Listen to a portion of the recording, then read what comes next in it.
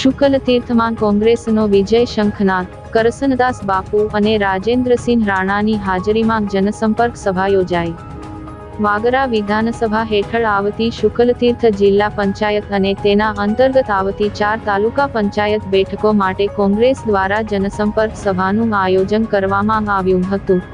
આ સભામાં કોંગ્રેસના સ્ટાર પ્રચારક કરસનદાસ બાપુ અને ભરૂચ જિલ્લા કોંગ્રેસ પ્રમુખ રાજેન્દ્રસિંહ રાણાની વિશેષ ઉપસ્થિતિમાં ચૂંટણી પ્રચારના શ્રીગણેશ કરી વિજયનો વિશ્વાસ વ્યક્ત કરવામાં આવ્યો હતો।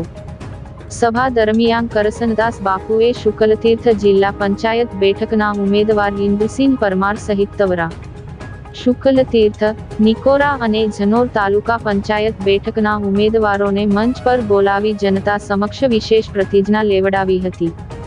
ઉમેદવારોએ વિજયી થયા બાદ 5 વર્ષ સુધી વિસ્તારના વિકાસ કામોમાં સતત કાર્યરત રહેવા અને પ્રજાની સેવા માટે હંમેશા તત્પર રહેવાના શપથ લીધા હતા। ચૂંટણી પૂર્વે જ આ વિસ્તારમાં સમીકરણો બદલાતા જોવા મળ્યા હતા। નાદ અને શુકલતીર્થ ગામના ભાજપ તેમજ આમ આદમી પાર્ટીના 40મી વધુ સક્રિય કાર્યકરોએ કેસરીઓ અને ઝાડુ છોડી કોંગ્રેસનો હાથ પકડ્યો હતો। કરસનદાસ બાપુ અને રાજેન્દ્રસિંહ રાણાએ આ કાર્યકરોને ખેસ પહેરાવી પક્ષમાં આવકાર્યા હતા। વિરોધ પક્ષો પર આકરા પ્રહારો। સભાને સંબોધતા મહાનુભાવોએ ભાજપ અને આ પાર્ટીની નીતિઓ પર આકરા પ્રહારો કર્યા હતા। જિલ્લા પ્રમુખ રાજેન્દ્રસિંહ રાણાએ પૂર્વપટ્ટી વિસ્તારમાં વિકાસને વેગ આપવા માટે 100% મતદાનની અપીલ કરી કોંગ્રેસના શાસનમાં જ લોકહિતના કામો શક્ય હોવાનું જણાવ્યું હતું।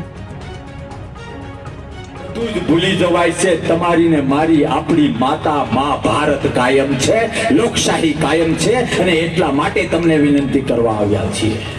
આવો લોકશાહીનું રક્ષણ કરીએ અને તમને અને મને આપણા વડીલોએ શીખવાડેલું છે।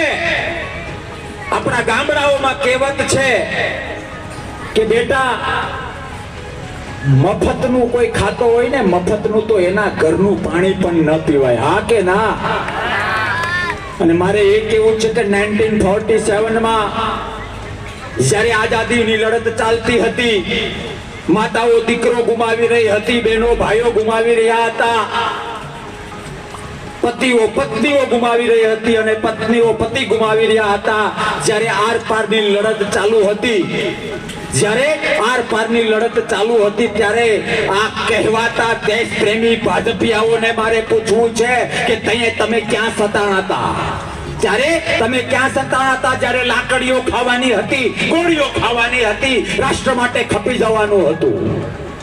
હું ધર્મને આધારે તમને કહેવા આવ્યો છું, તમે જે ધર્મમાં માનતા હો, જે ભગવાનમાં માનતા હો, જે ઈશ્વરમાં માનતા હો, સાહેબ આ દુનિયાના મુખ્ય તે ધર્મો અને તે ધર્મો માને છે અને મારો તમારો સનાતન તો પેલી હરોળમાં માને છે, પેલી હરોળમાં માને છે કે ધર્મમાં ત્યાગ હોય, ધર્મમાં સમર્પણ હોય, ધર્મમાં કંઈક આપવાનું હોય।